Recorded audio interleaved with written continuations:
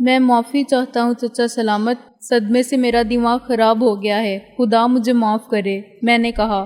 تم اس صندوق کا ذکر کر رہے تھے؟ ہاں، سلامت شاہ نے اطمینان کا سانس لیا۔ سوئم کے بعد اگلے دن میں نے صبح اٹھ کر دیکھا تو وزیر خان کے کمرے کا تالا ٹوٹا ہوا تھا۔ میں حیران اور پریشان کمرے میں گیا تو مجھے کمرے میں ہر چیز بے ترتیب نظر آئی۔ صندوق کا تالا بھی ٹوٹا ہوا تھا اور تمام سامان باہر بکھرا پڑا تھا۔ پرانی تصویریں تھیں، ریشمی اور زری کے سچے کام کے پرانے جوڑے تھے۔ میرا خیال ہے تمہاری ماں کے ہوں گے، ان کو آج کوئی استعمال نہیں کر سکتا، مگر زری گوٹا خاصا مہنگا بک جاتا ہے۔ اس سے زیادہ حیرانی کی بات یہ تھی کہ صندوق میں بہت قدیم زیورات تھے۔ پرانا سونا تو میں آنکھوں سے دیکھ کر پہچان سکتا ہوں، وہ سب فرش پر پڑے تھے۔ معلوم نہیں کوئی کیا لینے آیا تھا اور کیا لے گیا، تم دیکھ کر اندازہ کر سکتے ہو؟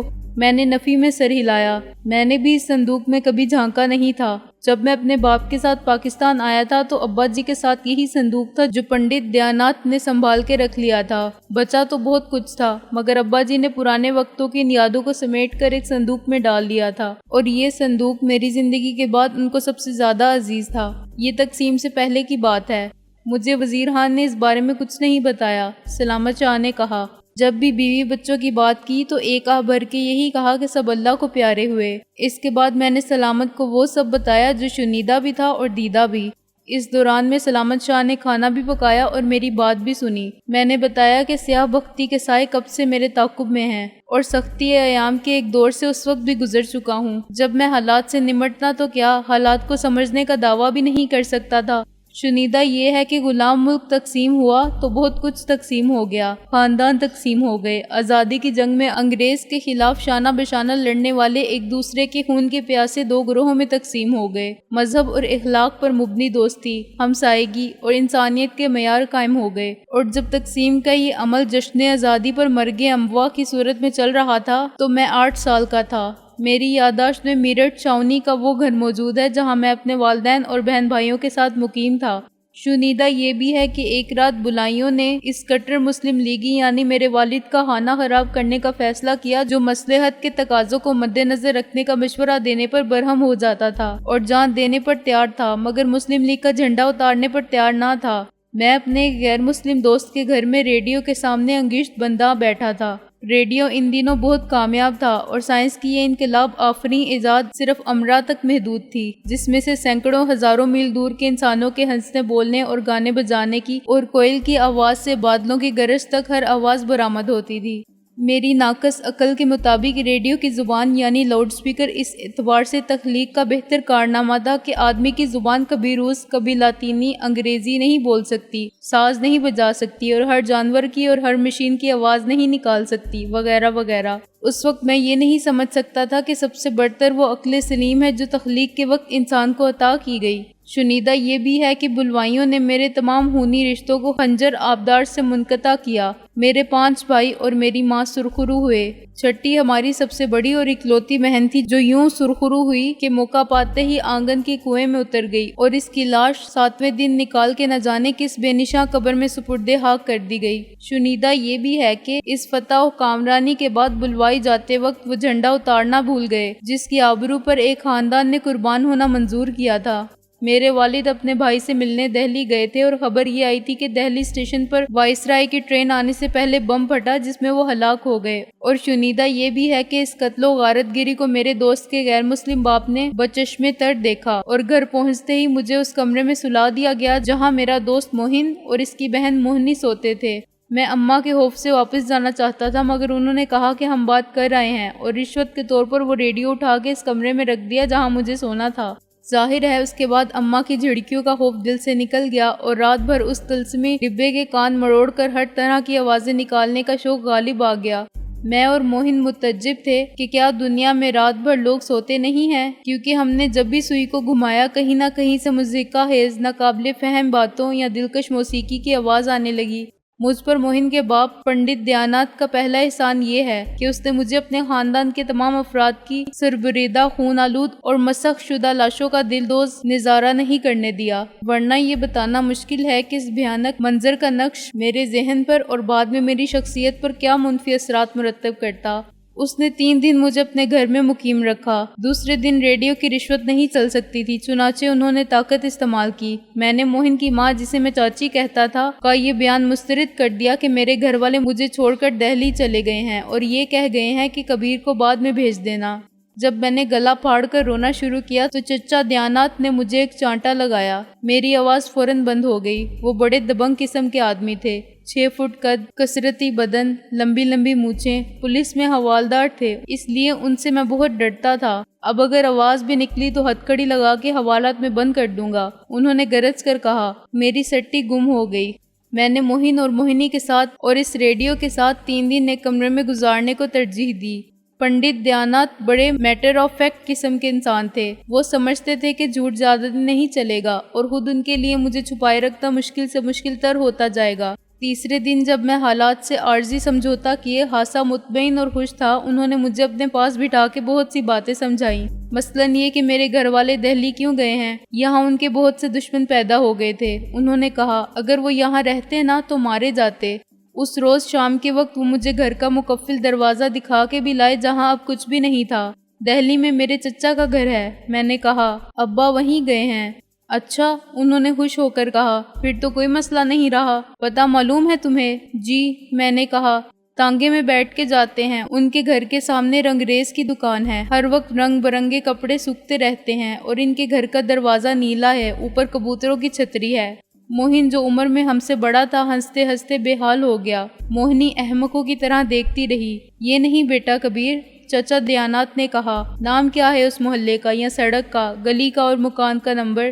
ظاہر ہے یہ سب مجھے یاد ہوتا تو میں ایسا اوٹ پٹانگ پتہ کیوں بتاتا۔ اچھا اب یوں کرتے ہیں، چچا دیانات نے سوچتے ہوئے کہا، تمہیں موہن کے ماما کے گھر بھیج دیتے ہیں، وہ بہت قابل ہیں اور تمہارے چچا کا مکان تلاش کر لیں گے، وہ بھی دلی میں رہتے ہیں۔ جاؤ گے نا؟ میں اکیلا نہیں جاؤں گا، میں نے اعلان کیا۔ موہن اور موہنی بھی میرے ساتھ جائیں گے اور یہ ریڈیو بھی۔ میں نے صورتحال سے پورا فائدہ اٹھانے کی کوشش کی۔ معلوم نہیں اس رات میاں بیوی کے درمیان کانفرنس کب تک جاری رہی، لیکن صبح ہوئی تو مجھے بتایا گیا کہ میری سب شرائط انہیں منظور ہیں، لیکن ان کی بھی ایک شرط ہے۔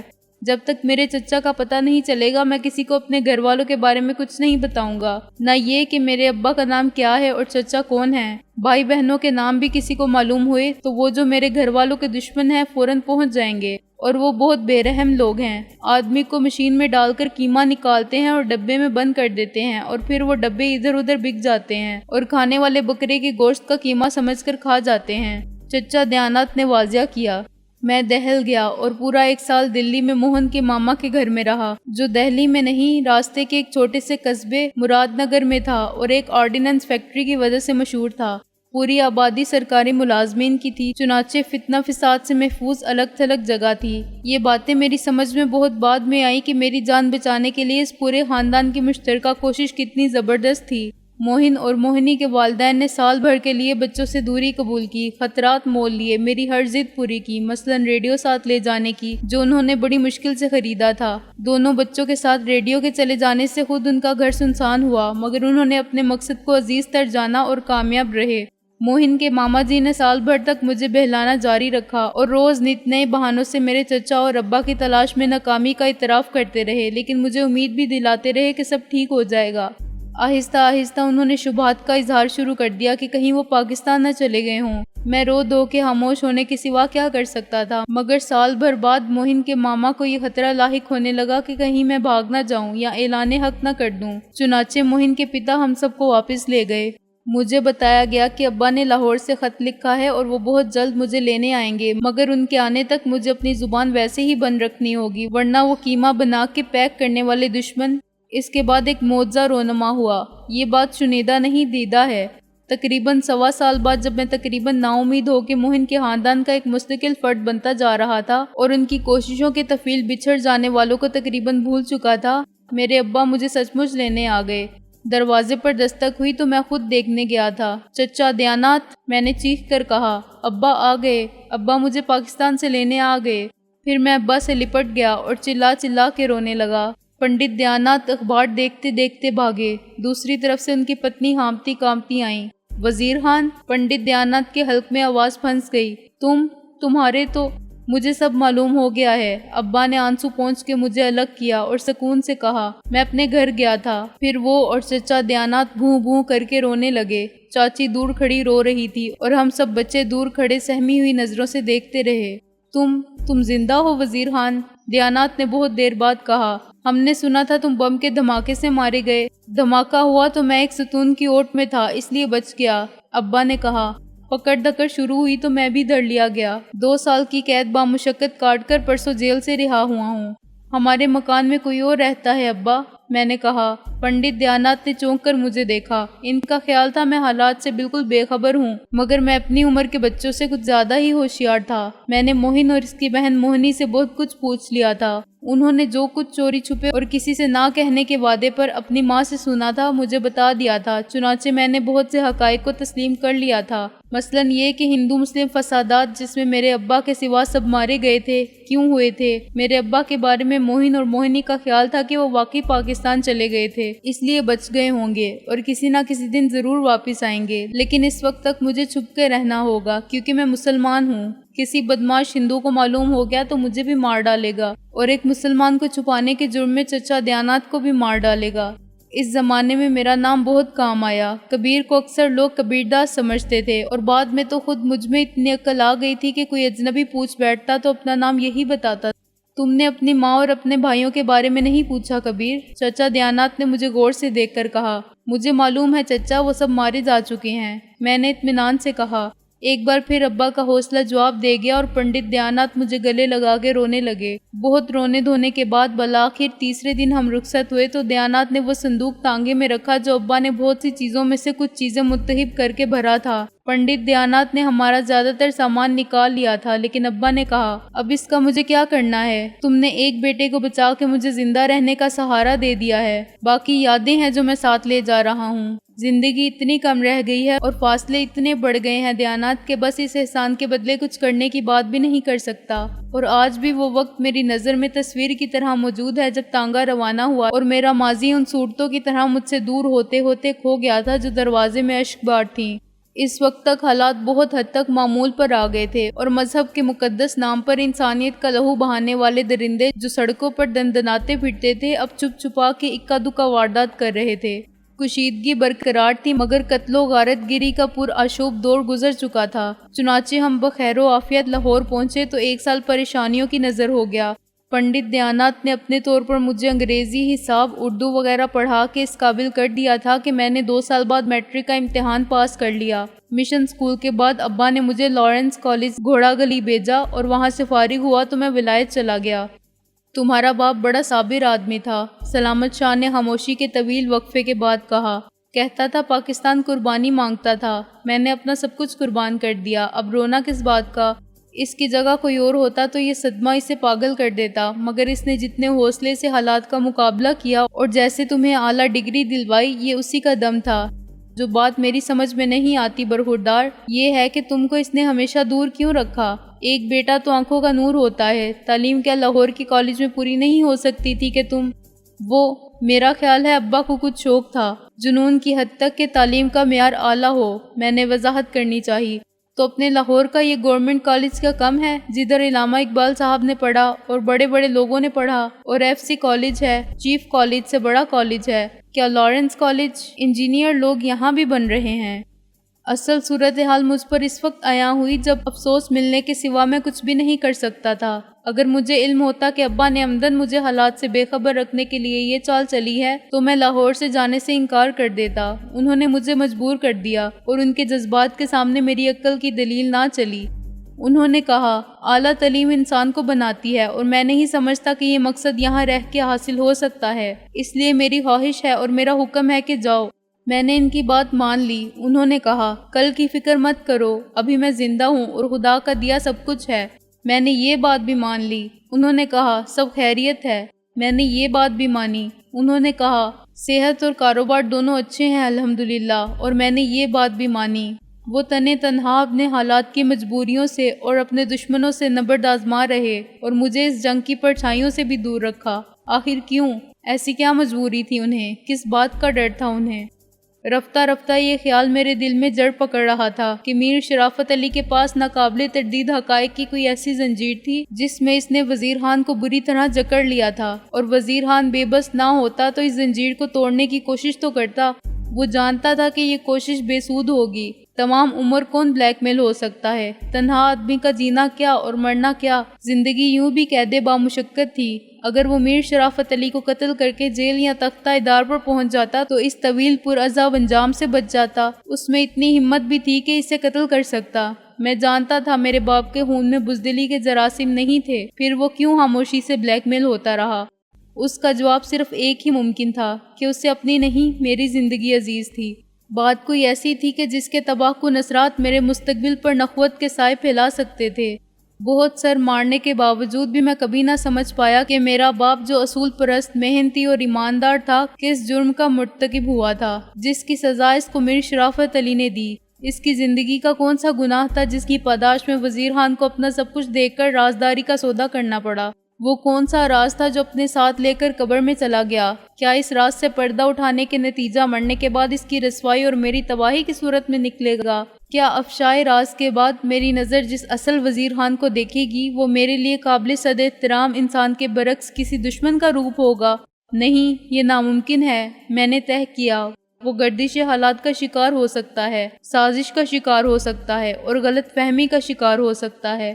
شکاری چراغ دین جیسے لوگ تھے۔ شکاری میر شرافت علی تھا جس نے موت کی سرحد تک اس کا تعاقب کیا، اور شکاری وہ نادیدہ دشمن تھے جو اب میرے پیچھے لگ گئے تھے اور ہر طرف جال پھیلا رہے تھے۔ ان شکاریوں نے اپنے ایک مقصد میں کامیابی حاصل کر لی تھی۔ وہ مجھے برطانیہ سے انتہائی رسوا کن طریقے سے نکلوا کے اپنی شکارگاہ تک لے آئے تھے، جیسے ہانکا کرنے والے شیر کو بیٹھے ہوئے شکاری کے نشانے پر لے آتے ہیں۔ اور تب وہ لمحہ میرے مقابل آ کھڑا ہوا جو فیصلے کا طلبگار تھا کہ سکندر بخت فیصلہ کرو، کیا تم میں حقیقت کا سامنا کرنے کی ہمت نہیں ہے؟ مرنے والے کی نیکی بدی اس کے ساتھ گئی، عرصہ محشر میں وہ اپنے فرد عمل خود پیش کرے گا، لیکن کیا تم انہیں معاف کر دو گے جو اس کے قاتل ہیں، جو اس کے ہر قطرہ خون سے کتنی مجبوری کا خراج وصول کرتے رہے؟ شکاری تو اب بھی تمہارے تعاقب میں ہیں اور اس وقت تک رہیں گے جب تک تمہارا وجود ان کے لیے باعث خطرہ ہے۔ وہ خود کو اسی وقت محفوظ خیال کریں گے جب تمہیں بھی شکار کر لیں گے۔ بولو، تم کیا ہو، شکار یا شکاری؟ میں نے اس لمحے کی آنکھوں میں آنکھیں ڈال کر کہا، میں شکاری ہوں، ان سب کا جو اب تک خود کو شکار سمجھتے آئے ہیں۔ خبر دو انہیں کہ اب وہ میرا شکار ہیں۔ اب یہ کھلی جنگ ہے، وقت بتائے گا کہ شکاری کون تھا اور شکار کون۔ گربازی عشق کی بازی ہے، جو چاہو لگا دو ڈر کیسا۔ گر جیت گئے تو کیا کہنا، ہارے بھی تو بازی مات نہیں، یہی ہار جیت تو زندگی ہے۔ چچا سلامت، میں نے گھڑی دیکھ کر کہا، شام ہو رہی ہے، مجھے ایک ٹرنک کال کرنی تھی اسلام آباد۔ شوق سے کرو، سلامت شاہ نے کہا، ٹیلی فون کوٹھی میں ہے، میں چوکیدار سے کہہ کے تالا کھلوا دیتا ہوں۔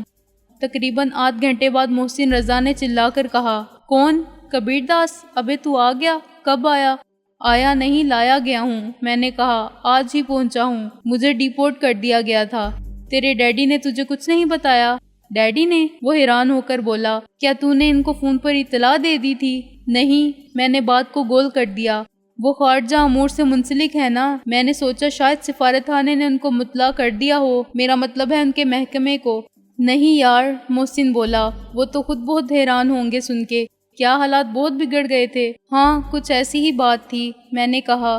جہاز موسمی حالات کی خرابی کے باعث اسلام آباد میں نہیں اتر سکا اور لاہور آ گیا، ورنہ میں سیدھا تیرے پاس پہنچتا۔ بہت سی باتیں کرنی ہیں تجھ سے جو فون پر نہیں کی جا سکتی۔ میں کل پنڈی آ رہا ہوں، مری چلیں گے۔ مری؟ محسن رضا نے کہا، کوئی خاص کام ہے؟ ہاں، وہ تیرے بہنوئی ہے نا، سی ڈین، وہ بھی وہیں ہے اتفاق سے۔ میں نے کہا، مجھے مریم باجی کی اور ان کے بچوں کی قبر پر فاتحہ بھی پڑھنی ہے۔ یار سکندر، اپنی اس چودھری چراغ دین سے کبھی نہیں بنی، اور اب تو کوئی رشتہ ہی نہیں، اس سے کیا ملنا، پھر کبھی چلے جائیں گے جب وہ نہیں ہوگا۔ محسن رضا نے کہا، نہیں یار، اس سے وہیں ملنا ہے۔ میں نے کہا، ایک پرانا حساب چکانا ہے، وہیں آ کے بتاؤں گا۔ تیری مرضی، محسن نے مجبور ہو کے کہا۔ یہ بتا ابا کا کیا حال ہے؟ ابا؟ میں نے بے خیالی میں کہا، ان کے انتقال کو 1 ہفتہ ہو گیا سید محسن رضا۔ کیا؟ وہ چلایا، وزیر چچا مر گئے؟ کب؟ کیسے سکندر؟ میں آؤں گا تو سب بتا دوں گا محسن، مجھے بھی یہاں پہنچنے کے بعد ہی علم ہوا، اگر میں نہ آتا تو شاید کوئی بھی مجھے اطلاع نہ دیتا، میں نے دل زور لہجے میں کہا۔ دیکھ سکندر، تو مجھ سے گلہ کر رہا ہے، خدا کی قسم میرا وہ زخم ابھی تک بالکل مندمل نہیں ہوا ہے، اگر میں ٹھیک ہوتا تو ضرور ان سے ملتا، محسن نے کہا۔ چھوڑ محسن، میں تجھ سے کیا گلہ کروں گا، گلہ زیادہ سے زیادہ تقدیر سے کیا جا سکتا ہے، مگر اس سے بھی کیا حاصل، میں تو کہتا ہوں اچھا ہی ہوا کہ تو ان سے نہیں ملا، میں نے کہا۔ اب میں قبرستان جاؤں گا اور پھر میر شرافت علی سے ملنے جاؤں گا، کاروباری معاملات طے کرنے ہیں یا کوئی اور مسئلہ ہے، محسن نے پرتشویش لہجے میں کہا۔ مسئلہ کوئی نہیں، میں نے پرسکون لہجے میں کہا، اور ہے تو اتنا آسان نہیں کہ ایک ملاقات پہ طے ہو جائے۔ سکندر، اس وقت تیرا دماغ ٹھکانے ہے یا نہیں؟ میری مان، تو ابھی سیدھا یہاں آ جا، میر شرافت علی سے ملنا ہو تو میرے ساتھ چلنا، تو اکیلا جائے گا تو نہ جانے کیا ہو جائے۔ کچھ بھی نہیں ہوگا محسن، میں نے کہا۔ کیا میری باتوں سے تجھے شبہ ہو رہا ہے کہ میں ہوش میں نہیں؟ ان حالات میں کوئی بھی ہوش میں ہونے کا دعویٰ نہیں کر سکتا، محسن نے کہا۔ مجھے خطرے کی بو محسوس ہو رہی ہے۔